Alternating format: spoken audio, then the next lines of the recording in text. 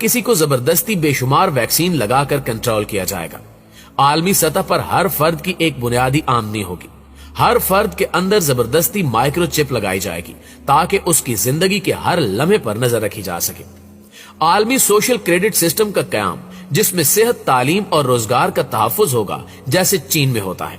5G को एक बहुत बड़े मॉनिटरिंग सिस्टम की तरह बना दिया जाएगा। तमाम तालीमी इदारे हुकूमत की मिल्कियत में होंगे। तमाम गाड़ियां भी हुकूमत की मिल्कियत में होंगी। तमाम कारोबार और कारपोरेशंस भी हुकूमत की मिल्कियत होंगी। जरूरी सफर के अलावा हर किस्म के सफर पर पाबंदी होगी। लोगों की रिहाइश के लिए शहर या इलाके मखसूस कर दिए जाएंगे और इनके अलावा कहीं भी रिहाइश नहीं रखी जा सकेगी। जाती घर, जाती ज़राअत, जाती आबपाशी, जाती भेड़ बकरियों के रेवड़ों पर पाबंदी होगी। इंसानों की जरूरियात के मुताबिक जमीन का महदूद इस्तेमाल होगा। हर तरह की देसी इदवायात या तरीके इलाज पर पाबंदी होगी और सिर्फ सिंथेटिक इदवायात इस्तेमाल होंगी। लकड़ियां जलाने या दीगर फितरी तरीके से आग जलाने पर पाबंदी होगी। प्यारे दोस्तों, अमनून के मुताबिक यह है इस आलमी हुकूमत का नक्शा जो मगरिब नाफिज करने जा रहा है।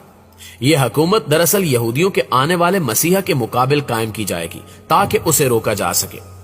अमनून इसहाक ने कहा कि यह एक ऐसी हुकूमत होगी कि आप फिरौन के जमाने को भूल जाएंगे।